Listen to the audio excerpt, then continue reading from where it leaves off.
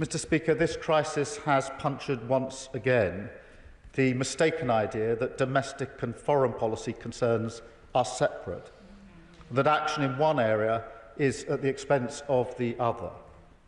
The truth is, now more than ever, that international problems rebound on us at home, impacting our security and our economy.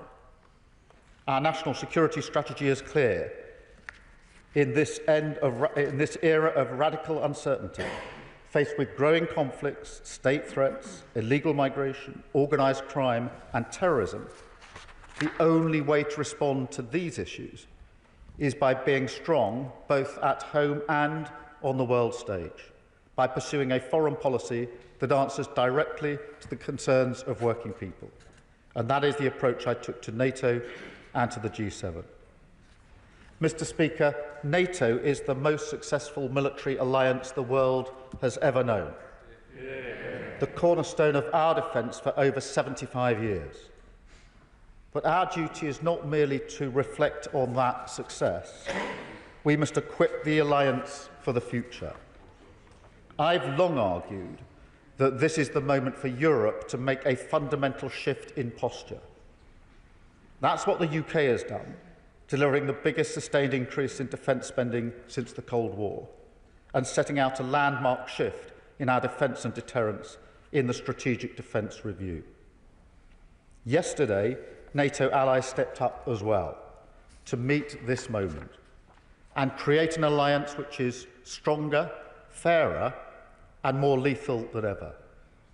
Together we signed a new defence investment pledge of 5% of GDP by 2035, including, for the first time, wider issues of homeland security and national resilience, like protecting our cybersecurity and our energy networks. This is in lockstep with our national security strategy, and we're already investing in these areas. So under NATO's new definitions, we estimate that we will reach at least 4.1% of GDP in 2027, on the way to 5% by 2035. Allies also agreed to review both the balance and the trajectory of these requirements in 2029 to coincide with the scheduled review of NATO's capability requirements, ensuring we keep pace with threats and technologies as they evolve. Mr. Speaker, with this historic commitment, we are continuing our proud tradition of leading in NATO, picking up the torch from Attlee and Bevin, and now, following their lead, we will seize the opportunity created by this moment to align our national security objectives and plans for economic growth, in a way not seen since the 1940s, renewing industrial communities the length and breadth of our country, boosting defence production and innovation. Our investment in Britain's nuclear deterrent alone will support 30,000 high-skilled jobs. And Mr. Speaker, I want to speak directly about our deterrent capability. It has kept this country safe for decades. But we recognise the grim reality today that the nuclear threat is growing. So we are renewing our existing at-sea capability, and we are going still further. I can tell the House today that we will procure at least 12 F-35A fast jets, and we will make them available to bear nuclear weapons if necessary. Mr. Speaker, this marks the return of the Royal Air Force to nuclear deterrence for the first time in 3 decades, the biggest strengthening of our deterrence posture in a generation, keeping our country safe while also supporting 20,000 jobs.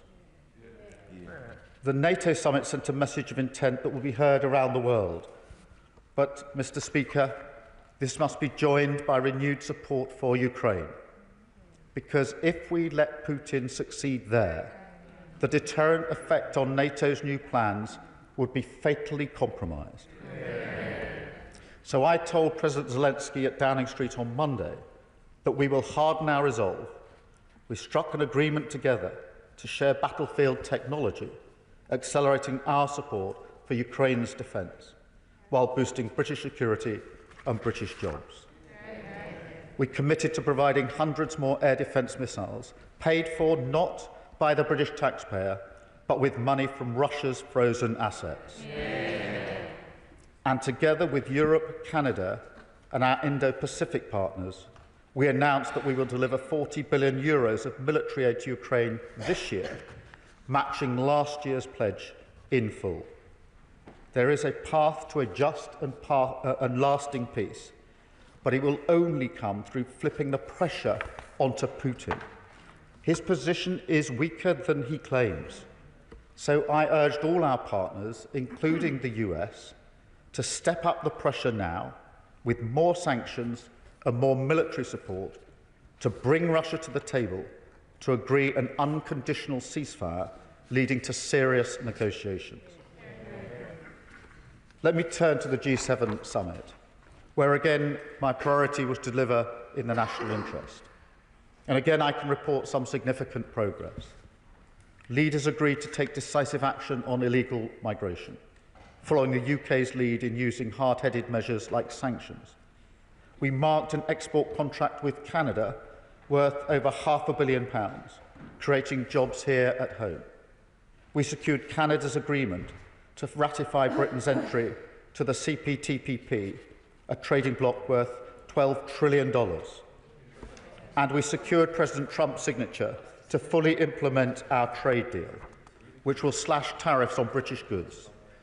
His executive order, Mr. Speaker, will remove aerospace tariffs completely, cut tariffs on cars from 27.5% that British car makers face now to 10% in a matter of days, saving thousands of jobs in the West Midlands and around the country. Mr. Speaker, I've been to Jaguar Land Rover many times now. I've looked those workers in the eye, and I know what this means to them, to their families, and to their whole communities. And that is who I'm representing at summits like this, the working people of Britain. Mr. Speaker, navigating this world requires cool heads. It defies simplistic answers and knee-jerk judgments. We don't pretend we can fix every global problem, but we can carve a unique path through these dangerous times to secure and renew Britain in an era of global instability. That's what our plan for change is all about, putting Britain's national interest first. After years of economic chaos, we've delivered economic stability for the British people. After years of our armed forces being hollowed out, we're building up our military, firing up our industries, leading in NATO, supporting Ukraine, keeping Britain safe. After years of fraying alliances, we're rebuilding them and shaping them to serve the British people. Focused every ounce of our global influence to deliver for working people, to deliver it in the national interest. And I commend this statement to the House. Leader of the Opposition, Kemi Ben. Thank you, Mr. Speaker, and I thank the Prime Minister for advance sight of his statement. He has evaded Prime Minister's questions for 2 weeks, only to come back here to tell us what we already heard on the news. This is a